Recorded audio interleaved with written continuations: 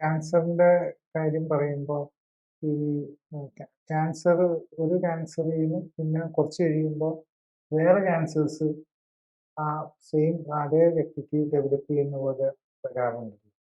അത് എന്തുകൊണ്ടാണ് അങ്ങനെ പല ക്യാൻസേഴ്സ് ഇങ്ങനെ ഒരു ക്യാൻസറിന്റെ ട്രീറ്റ്മെന്റ് ചെയ്തുകൊണ്ടിരിക്കുമ്പോൾ വേറെ ക്യാൻസറിലേക്ക് വരുന്നത്?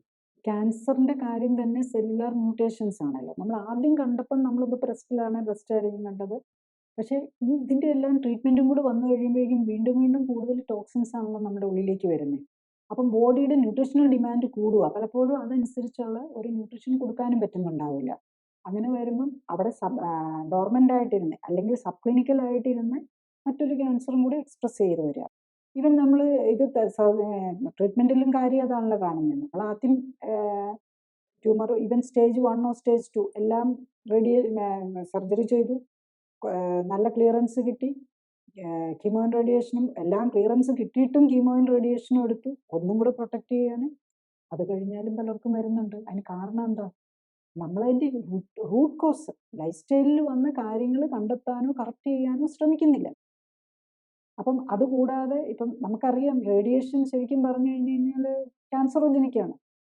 ഈ പല നമ്മൾ ഉപയോഗിക്കുന്ന ഈവൻ നമ്മുടെ ഈ ലേറ്റസ്റ്റ് ടാർഗറ്റഡ് കീമോതെറാപ്പിയും ഒക്കെ ടാർഗറ്റഡ് മെഡിസിനും ഒക്കെ അത് ക്യാൻസർ വരുത്താനുള്ള പോസിബിലിറ്റിയും കൂടെ ഉണ്ട്. ഈവൻ പല മെഡിസിൻസിന് നമ്മൾ കാർഡിയാക് പ്രോബ്ലം വരുത്താം, കാർഡിയാക് ഡാമേജ് വരുത്താം, നെർവ് ഡാമേജ് വരുത്താം. അപ്പം ഇതെല്ലാം അതിൻ്റെ പാർട്ടായിട്ടുണ്ട്. അപ്പം നമ്മൾ കീമോയും റേഡിയേഷനും ഒക്കെ വളരെ ജുഡീഷ്യസ് ആയിട്ട് ഏറ്റവും ഇതായിട്ട് യൂസ് ചെയ്യുക. പക്ഷേ നമ്മളിപ്പോൾ എല്ലാത്തിലും ഇമ്പോർട്ടൻസ് കൊടുക്കുന്നത് കീമോയും റേഡിയേഷൻ സർജറിക്ക് മാത്രമാണ്.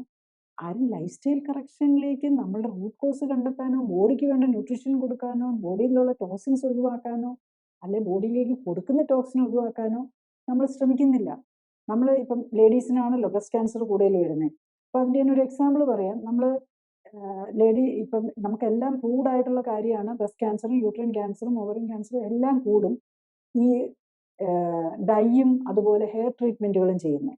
ഈ സ്ട്രൈറ്റനിങ്, കേളിങ്, അതുപോലെ ഡൈ അങ്ങനത്തെ എല്ലാം ചെയ്യുന്നത് കൂട്ടും എന്നുള്ളത് അറിയാം. പക്ഷേ എന്നാലും ഒരു കീമോതെറാപ്പിയോ ഒരു റേഡിയേഷനോ അല്ലെങ്കിൽ ഒരു ട്രീറ്റ്മെൻറ്റോ അല്ലെങ്കിൽ ഒരു ബയോപ്സി കഴിഞ്ഞ് കഴിഞ്ഞാൽ ഒന്ന് ആരോഗ്യം വെച്ച് കഴിഞ്ഞ് കഴിഞ്ഞാൽ നമ്മൾ പല ലേഡീസും ഞാൻ കാണാറുണ്ട് നേരെ അതിലേക്കാണ് പോകുന്നത്. കൂടുതൽ അറിയാൻ ലിങ്ക് ക്ലിക്ക് ചെയ്യുക.